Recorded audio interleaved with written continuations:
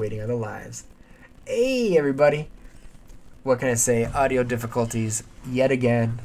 Our streaming recorder decided to do an update. And whenever it does that, one or both of us have some issues. So if there's anybody out there listening, hopefully you guys can actually hear us.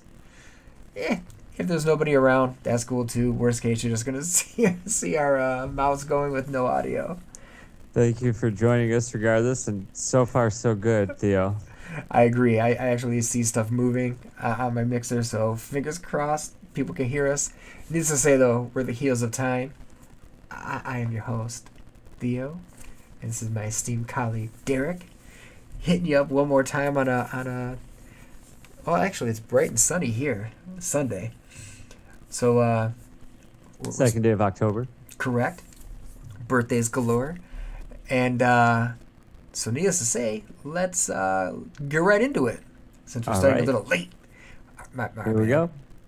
And by the way, guys, we actually started early to try to mitigate any issues, and alas, no dice. So if anybody joins us today, much appreciated, because we are going a little late. They know that part. No, I'm just Yeah, they kidding. do. Hey, man, sometimes it's good to be honest. So anyway, Of course it if you can tell by our title, we're going to investigate Paris and Rand. Paris being of the Iliad, Rand, of course, being of Wheel of Time. We noticed some interesting things with the two of them, and we're going to do a little back and forth. If you haven't read the Iliad, hopefully you should. It's a really good book, to be honest with you. If you've not read the Wheel of Time, you're going to be lost. But it is what it is, and maybe this will spark your interest if you like one or the other. So, without further ado, I'm going to give you a little bit of background about who Paris was. So, Paris has a very interesting background. So, he is the son of a king and a queen of Troy, Priam and Hecuba. And you're like, oh man, it's going to be great. He's going to be life of luxury, and everything's going to be great for him. Not so fast. Not so much. so fast. Not so fast. Well said. I'm already going to jump in. Dang, go for it. I know, right? Holler. Well, wouldn't you know it, but Rand's mother was meant to be the queen originally. So while she was before she was pregnant with him, she gave birth to his little known to many, but brother, or half brother as it were. I won't name him right now. And then off she went to find his father on the other side of Dial Waste. But she should have been a queen, so that's an interesting parallel. So Rand is of royalty as well, is what you're saying. Exactly. So, I'm going to lead you with this. Was Rand a shepherd? Rand, you could say, was a shepherd, most definitely. As a matter of fact, Lan repeatedly refers to him as sheep herder. Yes. Was he also kind of cast out a little bit from moms? Cast out from his... Well, yes, because he had to grow up in the westlands, or the wetlands. He didn't get to grow up among the Io people, which he had the right to do because his father was full-blooded Io. So, interestingly enough, so did Paris. Oh. So when I say not so fast, Greek folk love their seers. Well, they don't necessarily love their seers, but they follow their omens very well from the seers. Okay. So she gets pregnant, Priam. They're like, cool. And she has a little bit of a dream. And in her dream, her child was a flaming torch. They're like, crazy. What the hell's a flaming torch have to do with anything? Gotta be a metaphor, right? For something, right? And she's like, what the hell? I don't understand what this is. So she goes to a famous seer over in Troy. And he's like, oh, man, that means this unborn child is going to be the doom of Troy. Oh, wow. That's a lot of information. That's just heavy. From the Flaming Torch. It gets better. So he also said the day of Paris's birth, he was going to be a child born of royals. Okay. and in this day he should be killed to save the kingdom. Oh, wow. So basically they said, your child that's unborn right now is going to bring the end of Troy. You need to kill him. Yeah. Well, I mean, I'm not saying I agree, but I understand. But right. Yes. So in Priam and Hecuba's mind, they're like, oh my God, that's crazy. I got to actually like give birth and then kill the kid. Now, back in ancient days, this wasn't super uncommon though. Right. More if you had a female, you did infanticide. Males, not so much. Certain areas of Greece kind of were warrior-like. Sparta, for instance. Yeah, you had a little rite of ritual and you had a hard upbringing, male or female, it didn't matter. But if you were off in any way, you're just cast out as like extra waste. Is resource management, right? So Priam and Hecuba weren't of that sect. They were way high up. They didn't believe in that kind of stuff. And they're like, man, how are we going to kill this person? We can't kill our kid. We can't do that. But you know what? We could order somebody else to do it for us, though. So they gave it to... Yeah, right? So they gave it to a herdsman to kill. And they're like, okay, hey, we don't have to worry about it. Our kingdom is saved. The royal blood or whatever is also dead. We're happy days, man. No big deal. So the herdsman goes out for a minute. He's like, do. And he's like, well, he looks at the little kid because he's been traveling with the little dude for a while. And he's like, I can't kill him either. And by kill, it meant like murder. Like straight up choke the kid out or drown or whatever. It's not like just right. leave him be. It's like, no, you got to make sure he's toast. So he's like, well, I can't. So he leaves him on the side of a mountain. Surprised you didn't like grin on that one.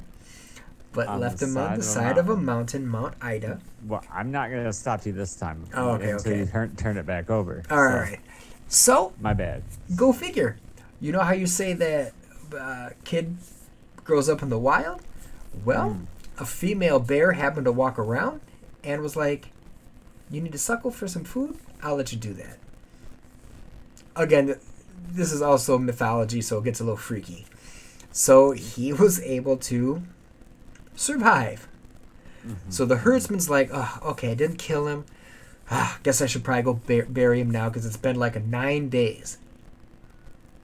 So 9 days, infant, gonna be dead, right? Nope, actually he wasn't. He's like, huh. Well, cool. I'll just kind of take you back to Troy and we'll just have you grow up. Okay, cool. So kind of a weird beginning, right? Then it gets super more freaky. So Paris then meets a nymph and they were basically going to marry each other. And then all hell breaks loose because you got the judgment of Paris about to come up. And you feel like, what's the judgment of Paris? Right. This leads to the whole Iliad story. So this is all background. This is not in the Iliad. This is like past stories of just Paris's mythology. Right. So now this nymph was a badass. We're not talking about goddess level, but she had healing powers. And it was basically like, hey, Paris, I know you're kind of weak. You kind of suck. I love you anyway, though. But any injury, any sickness you have, you just come to me. I'll heal you. That's like my gift to you as my lover, right? So Paris is thinking, hell yeah, cool. I'm set. This is pretty sweet. I got this nymph. I'm of royal blood. At this point, they're like, shit, okay, I guess we didn't kill him, so okay, we're back. And then the craziness goes down. Over in Mount Olympus, now this is a few years later. It's still before the Iliad, right before the Iliad. 10 years, I guess, before the Iliad, but whatever. Big events going down. Mega marriage. Peleus and Thetis. two badass people. We've talked about Thetis at least a little bit. And they're getting married. They're like, oh, hell yeah, there's going to be a super mega jamboree. Every single person, nymph, goddess, god, everybody's invited. It's a huge mega jam. Except for one person. Eris. Not Aries, Eris. Eris. Ironically, my cat's name. Yes. And she is the goddess of havoc/discord. So you can understand why you don't want to shindig with her around, because she's going to do some crazy stuff. Most definitely. Well, she flipped the script, and now because she wasn't invited, she's going to do some crazy crap. So she makes... Yeah, she has to. So she makes this golden apple. It's called the golden apple of discord. Whatever. So what does she decide to do? And I just thought of this too. So what does she do? She cherry bombs that over into the wedding, and it was like, hey, this goes to the fairest one. AKA, I wonder if that's, I don't know for sure, but as I was like remembering all this stuff, I'm like, I wonder if that's where we got like the bridal bouquet toss. Oh, I like that. Well, don't know. It's one of those that I thought of that as like, well, before we had the stuff. I like that. Because I thought about like, some people like brawl for that thing. Most definitely. So who are the three goddesses that are like, psh, it's mine, and start brawling? Hera, Athena, Aphrodite. Hera, Athena, and Aphrodite. Mm-hmm. So let me stop you there. Go for it. To catch the audience up. Mm-hmm. So where is Rand Thor on this little journey, right? Mm-hmm. Well, when the Aiel war is going on, Aiel are fierce fighters. And this is after the Trolloc Wars, which were terrible. Now, once humans figured out how to fight Trollocs, it just became like a numbers game at that point. Just be very, very careful and know that some of us are going to die. When it came to the Aiel, so with the Trollocs, it's like, all right, you have 10 guys, you should be able to take on a Trolloc. Unscathed, if you're all trained and you know what you're doing. And that's if you're good, solid soldiers. Not any show-offs, not any blade masters, just solid soldiers.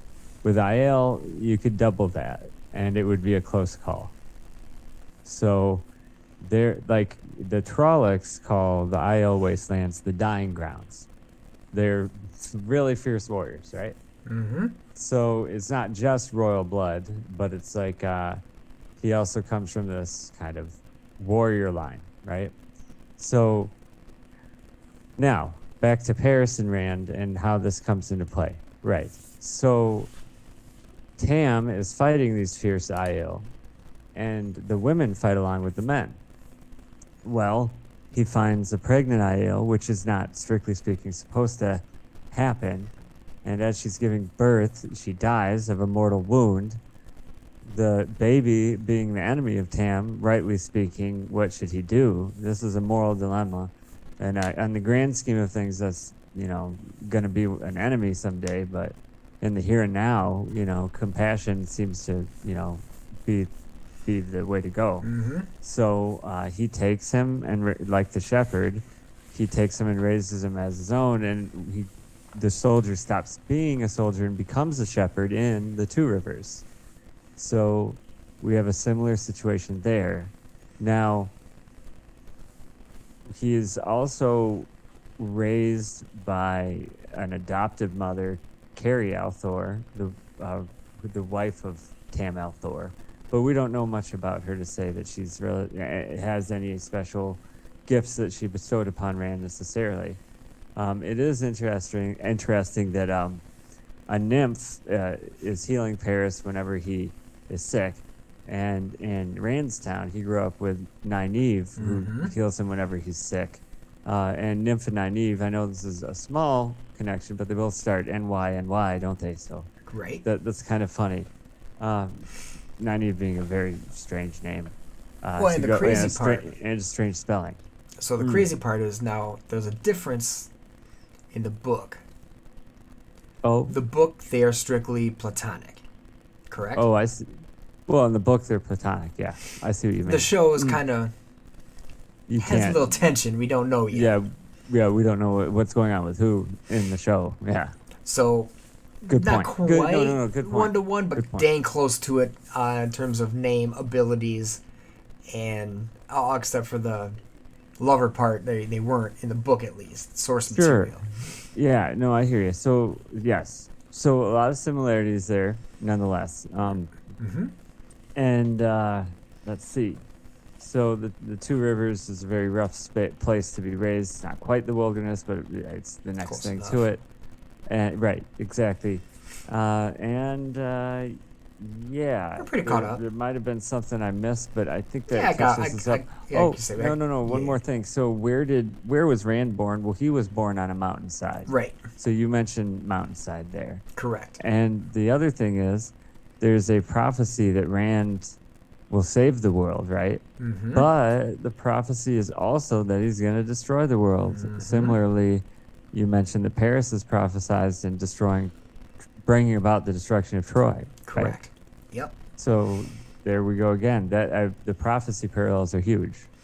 So fast forward. This is like a side subject. Remember how you just said, which is perfect, the destruction of Troy, or destruction of the world, but also bring about the beginning of the world, right?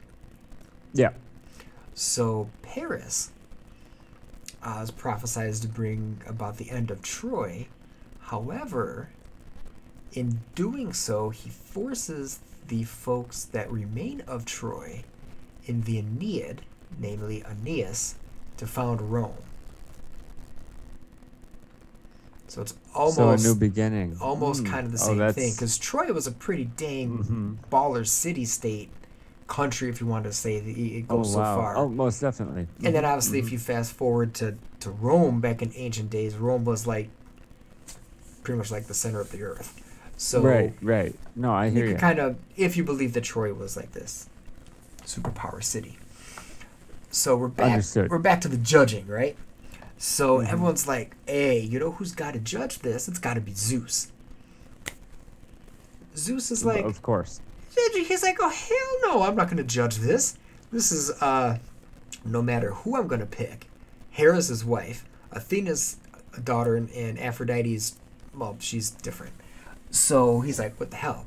If I pick any," he knows this, like thinking, "If I pick any of them, I'm a dead man. I can't die, but man, it's gonna be crazy for rough. me." Yes. So Gonna he's wish like, I was. yeah, right. He's like, "So Hermes, take this apple and see that dude over there? I think his name's Paris, and he's gonna decide."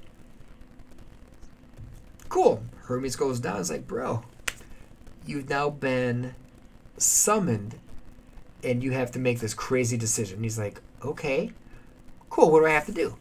He's like, "You have to choose who's the fairest." And he's like, "Okay, I can do that. Who do I have to choose between?" Oh, and then doop, doop, doop, all three of them show up, and he's like, "You got to be kidding me." And so the first thing he's thought is, okay, if I get him naked, there's got to be some changes, right? So they're naked, Wow. and he's like, "Yeah, there's like no difference here." So he's like, "I can't decide." And they're like, "You have to decide." He's like, I can't.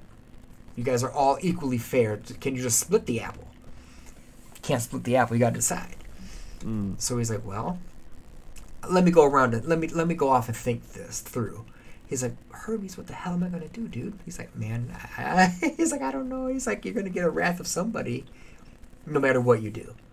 He's like, "You're in a damned situation, hence why Zeus didn't want to do it in the first place." And he's like, "Oh my God, this is gonna be crazy." All right. So he's going through, and then they start to try to do the bribes. So one is like, "Hey, you can rule." The other one's like, "Hey, I'll give you some crazy battle skills." That's like, in terms of like strategy, of course, that's Athena. And Hera is like, "You'll be the ruler of everywhere." And that in that case was like Europe and Asia. And Okay. Aphrodite says, "You'll get the most beautiful woman in the world." Oh. So he's like, "Well, I mean, I got my nymph. She's gonna cure me. I don't really care about. I mean, I'm already gonna be eventually. I could be ruler of Troy. So I mean, that's big enough. I don't really care about this." Now, mind you, he does not know his prophecy. like his end game prophecy. So he's like, Psh, I'll pick Aphrodite. Cool beans. Get the hottest chick in the girl in the land. Awesome. And so they're like, okay. Now, mind you, Hera and Athena are pissed. Right. So that also plays out in the Iliad. Read it and you'll find out. But, so, who's the most beautiful woman in the world? Helen. And it just so happens that Priam is going to be sending a ship over to Sparta to have some discussions. And who is Helen, the queen of Sparta? So, so Paris, Hector, and a boat. Hector's one of his bros, like the badass bro. He's like the elder son, super handsome, crazy battle skills, strategic. Like 7'6" with wide shoulders. Pretty much, like super badass. And you have scrawny ass Paris, who's probably good looking. I don't know about Eric Bana, good looking in terms of Troy, the movie. But bam, they go over there, and this is where it gets a little weird. Sometimes it's like Helen's like, dang, you're cool, let's roll. This guy sucks. Other times he kidnaps her. Either way, he steals her. One way or another, she's still married to a king. She rolls with Paris back to Troy. So, hence, now starting to get the whole Iliad's going. King Menelaus, smart as hell. He's like, man, I'm old as hell. This woman's beautiful as all get out. She's got 4 billion suitors from all across Troy. So I'm going to invoke a little oath that whomever Helen picks, no war will break out. And if anything ever happens, we all go to each other's aid. Everyone's like, cool, because I got it in the bag. She's going to choose me. But this is like all the gods, the kings were like, this is going to be me, right? Well, it's Menelaus. So she jets out to Troy. He's like, all right, everybody, mount up. And I was like, I don't know about that. Agamemnon's like, that's Menelaus' brother, superior king. It was like, guess what? Yeah, everybody's just swore an oath. We got to go. And then kaboom, hence the Greek army. That's what they're made out of. Ironically, the only one who actually didn't swear the oath was Achilles. So he went for a totally different. He went for a fight. No, he didn't. He didn't. So he didn't have to fight, but he had a different storyline. We don't need to go into that. He's just a badass. So he goes for a totally different reason. So hence where you get this start of the Trojan War, and fast forward 10 years of the war, you now have the Iliad, and we've gone through the Iliad. It's different storylines, which we have a gajillion more if we decide to go into those things. But that's Paris. Battle is taking place now. Mind you, this is 10 years later, so he's probably like 30 at this point. He's still a little weakling. He has no skills on the battlefield except for a bow and arrow. And you're like, well, that's pretty slick, right? Now he's like an expert level bow and arrow dude. Like he's like bad. He's like really skilled. But that's for cowards. That's the coward's way of war. Back in the day, well, in terms of mythology, you went to war with a shield and a sword, a spear, one of the weapons of war. Whereas shooting from afar, that was no glory in that. That was pretty weak. You gotta get up close to do your damage. That was where you showed your guile. So he was still down on the list. Even that far, Hector was the main honcho for Troy. Right. But hey, he still had Helen after all these years, tucked away behind the wall. So the war takes place, and here's the kicker: does Troy fall? Yes. Does it actually fall in the Iliad? Technically, no. But Does Paris die? Yes, he does. Now, in the chaos of Troy getting sacked, he gets mortally wounded, and Helen's like, "Oh, Nymph, I know you guys loved each other. Heal him." And she's like, "Psh, he chose you over me." No, girl. Lets him die. And that was out of vengeance. So as they're burning him, because it's a funeral pyre, the nymph is like, "I don't believe I could have saved him. But I actually chose not to because I was so angry with him."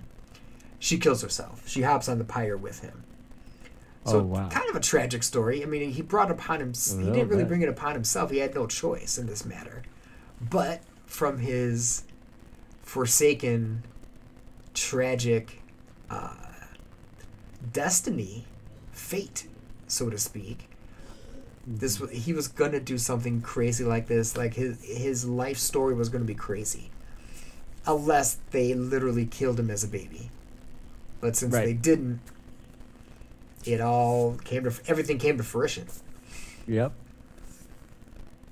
So, what else? I know I have a couple of things about Rand, but you're probably gonna be like, "Man, that's easy stuff." So you do your thing, man. If I happen to catch something, I'll spewed it out. Well, I appreciate what you had to say. So let me jump in and say a few things.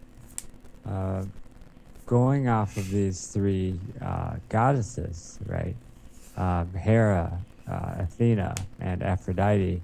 Can you, in a nutshell, just in 3 little short blurbs, remind our audience what are these the goddesses of? Well, one would be marriage. The other one would be, I would say, strategy. So Hera would be, like, I would say marriage. Athena would be strategy. Aphrodite would be love. Very good. So, wouldn't you know it, in the Wheel of Time, there is a scene late in the series, okay, where Rand and men go to a town, I believe, Fardala. In this town, you cannot channel. They're there to hunt rogue Ashaman, okay? And during their visit, this is their disguise. Rand says, "You are my wife." So he's the only person that he says that to in the series. So my argument would be that Min is Rand's wife. Therefore, the goddess of marriage, therefore, that would be the Hera of the bunch, okay? Which, ironically, she's the least jealous of Rand's women. The works behind, yeah. So, and I do believe they call that a reversal. Mm-hmm. So, and we talk about those all the time on the show. It's not always a one-to-one. Sometimes it's a mirror, as you have put it in the past. Yep. So, moving on. So you go, well, Rand's women. Well, yes, I have news for anybody that's new to the series. Rand doesn't just have one woman. He doesn't just have 2, but 3. And it's mutual. It's not, he didn't capture these women per se. And Rand lives really fast, okay? So it's not like he really has time to have one monogamous relationship anyhow. So that's another argument for another day. So, for sure. Number 2, let's see. You mentioned Athena, and you would say kind of the goddess of strategy. Well, here we go. We have not Athena, but Avienda, trained to use a shield and spear. Wait, how is Athena adorned? Usually shield, spear, sword. There we go. So that's Avienda, and in a nutshell. But strategy, right? Mm-hmm. Well, she knows battle tactics and strategy very well because she's a maiden of the spear. But eventually, at some point, she actually gets upgraded and she becomes a wisdom. So a wise one, I mean. So a wise one sounds a lot like a goddess of wisdom to me. Mm-hmm. So that would kind of put her in that camp. So there we go. Athena seems to be Avienda in some regard, some relation, a parallel. So that kind of leaves the last one. Aphrodite as Elaine. Well, Elaine is definitely the fairest of them all. She's actually one of the only characters that's described as having a paler complexion. Usually, for the most part, skin tones are left to the reader's imagination, except for a few exceptions. So Elaine, I would imagine, is Aphrodite. They style her as kind of this ditzy person, but she actually knows way more than she lets people think she does. And she kind of just lets that flow. Like, well, I'll just use this for my advantage. I'll just let people think that. And in reality, she is so smart that she is the only Aes Sedai to figure out how to remake new Terra Angriel, so new items that can use the power in a very specific way. So maybe to make a gateway to travel, or maybe to make just a fireball shootout or whatever. So one of the most famous Terra Angriel in Wheel of Time is the collar that allows the Shanshan to capture their channeling women that they use in battle. So, in a nutshell, there we have the three goddesses.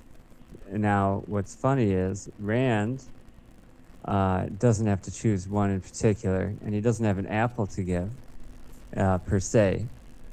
But Rand does have a strong relation to apples in the series. At one point, he makes an entire orchard bloom out of season just by kind of humming a song, it seems. At least I'll just leave it at that. It seems that way. So, interesting. So, no golden apple, again, specifically. And you go, well, wait, Derek, where's Helen in the story, right? Well, Helen is part of the story, but separate and a little bit different. So, who claims Helen in the Iliad story? Where is she supposed to be rightly before Paris intervenes? Sparta. Sparta. So that would be one of the nations that rallies to the call to fight Troy, i.e. one of the Achaeans, right? Achaeans. Mm-hmm. Yep. So, interesting enough, the Shanshan, which we mark as our Achaeans, they have a beautiful princess / queen who is Tuon, okay?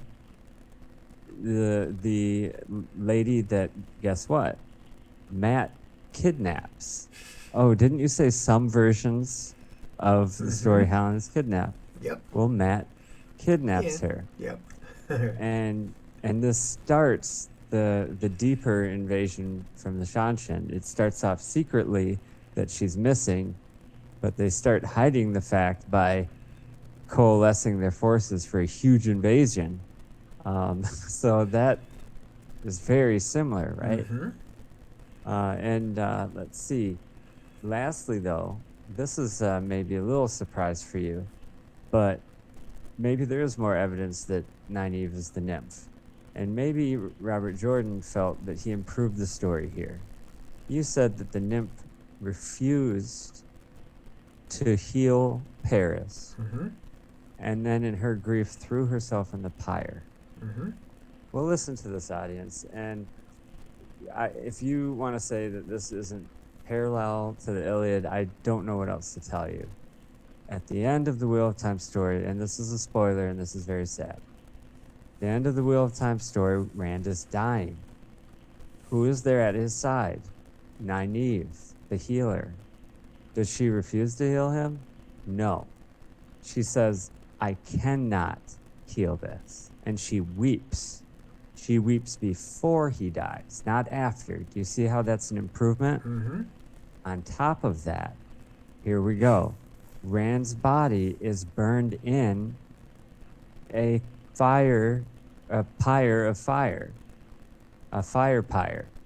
Just like Paris's body is burned. The difference, again, because Nynaeve tried and failed and wept, she never throws herself on the pyre. So the story is, her character is saved, so the story is improved upon in that small way, some would argue. So look at that. You're telling me you have a story with 3 beautiful women, you have a 4th beautiful woman who's kidnapped, and then you have the hero dying in a pyre. At the end of the story, he could not be healed. In one case, because of choice, and another because it was impossible. Wow. Uh, I have nothing else to say. Do you have anything to say to that? Does that sound decent to you? Is it a stretch, or One question for you. go for it? So you have Helen, you Yeah. have Paris, Yes. you have Rand, Right. and you have Tuin.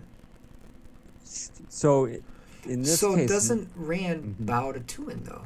At one point in the story. oh, I like that. That is true. So in a That is way, true. you could also say, I mean, he didn't actually have four because he didn't, but you got the Hera Athena Aphrodite thing. Then you have Matt with Tuin like specifically tied, but in Right. a way, you also have Rand also Connected. connected at least, tied is strong, but connected for what other reasons than obviously marriage. It was more of a I need your battle stuff. Well, But Theo, we could file that under one of our weird marriage ceremonies, right? that is true too. We talk about that a lot. So That is we true. we have enough. We can do an episode about that at this point. That is actually, probably true. So those two folk are connected in a different way. But most definitely. I never thought about that before. That's very good. and I know in terms of Matt with Tuin, he had to say Mhm. she had to say his name like 9 times. They both Nine. had to. They Both had each to say the name. They each had to say, "I marry you," 3 times. I couldn't Yes. remember his 3 year. I know she's daughter of the 9 moons. That's where I got the 9. So No problem. you got the 3 and the 3. Mm-hmm. You have the thing of threes as well there. Then you have Rand also tied in a different way, but a lot of Right. times, if you think about Rand being royalty, Right. because he is, and Mm-hmm. Tuin is also royalty, which Helen you could almost say would have been because she was queen. Right. And how many times, at least in terms of English and French reign, you didn't necessarily marry out of love. You married out of strategic force. That is correct. Like, I'll marry you to you because it's very strategic and we're getting good with the family and everything is good and we're protected. And how many of those people had, like, secret marriages off to the side, so to speak? Most definitely. So, No, that is true. if we're going to Yes. file that away for one for later, we could kind of file that one away for later. So there's a tie for all of the females to Rand, and other folks too, of course. But Right. No, I like that. that kind of brings it a little full circle, at least in my mind. Awesome. No, I love to hear it. So, did you like the funeral pyre connection? Hell yeah! I mean that makes total sense. Yes, going back for many heroes in many story arcs, not just Wheel of Time, Star Wars. You could bring that Right. up there too. A lot of Hercules. heroes, Hercules, Norse mythology, with the bow to the lit Right. bow to the boat. For King Arthur too, probably. Yep. So you have funeral pyres were pretty prevalent for a while, and mummification. But the pyres seem to be the way to go for a long time in ancient society. Could be because, hey, there's a lot of bodies, you got to figure out a place to put them. Well, To be remember morbid, though, specifically in Wheel of Time, they do talk about other death rites. For example, Yes. the Shienarans specifically bury their dead. Right. Yep. So I just find it interesting that that's the way that they went in this particular case. Yes. It looks like we're running towards the end of our hour here, Correct. so to speak. So I apologize for stumbling over you like that, but I'm gonna Heck throw, no, man. You know me, I I'm can gonna- rumble. Appreciate it. No, I'm gonna throw it back to you for your last word or series of comments on this before we get out of here. Excellent. All right. So to recap, we looked at Rand and we looked at Paris from the Iliad and compared and contrasted to see if hopefully people agree or disagree with us. That's fine, to see if there is a parallel between the two story arcs and the characterizations of them. we referred back to some characters in the Wheel of Time, specifically the three consorts of Rand, I guess you could say, and the three goddesses of the Judgment of Paris, along with Min, or not Min, but Min is there too, but Tuin being the I see what you mean. Being the Helen of the Wheel of Time versus the Helen of Troy. The only thing I would say that would bring it down just a little bit, Rand is a badass. Yeah. Paris is not. But as we have said before, sometimes they are reflections of each other. And that would be the only thing I would say, well, in that perspective, because even people even call Paris a coward. So I would have never called Rand a coward, even back in his shepherd days. Well, hold on. Well, hold on there, real quick. All right. Who else did we say fits in Paris's shoes in this story? Who ends up with Helen? That's Matt, right? Right. And how is he initially described in the series? He is a weak dude. He's a weak dude, right? Yep. He is completely a product of his circumstances. Yes. Remember, literally, his luck factor is off the chart to the point where it's like you're playing a video game and it's like, you can't wear this 100 strength sword that you'll need in 4 chapters. Well, guess what? Matt would just find a ring that gives you 100 strength. Right. And he'd be like, oh, sweet. I can do it now. Yes. I can do it now. And everyone else would be like, how'd you get that? You shouldn't have that ring. Well, Whatever. Yeah. I just found it. You know? That is true. Some level 87 guy rage quit the game. He said, I'm never playing again. He gave me this ring, and then he left. You know, like something like that. That is Matt. So given that, he's kind of that version of Paris. That is true. Yes.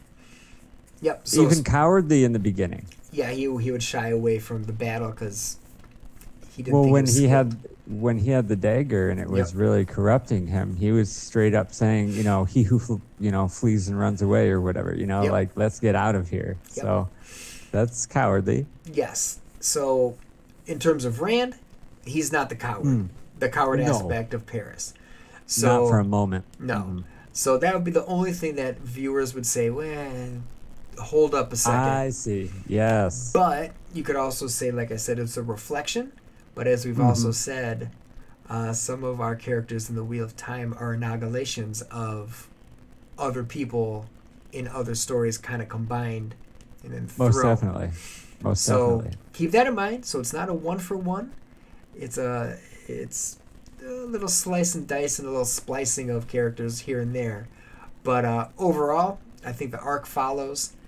And considering the fact that Perrin, Rand, and Matt were supposed to be one character, right, in the beginning, right, that would make even. Oh, I see what you mean. It would make it even more of a strong tie because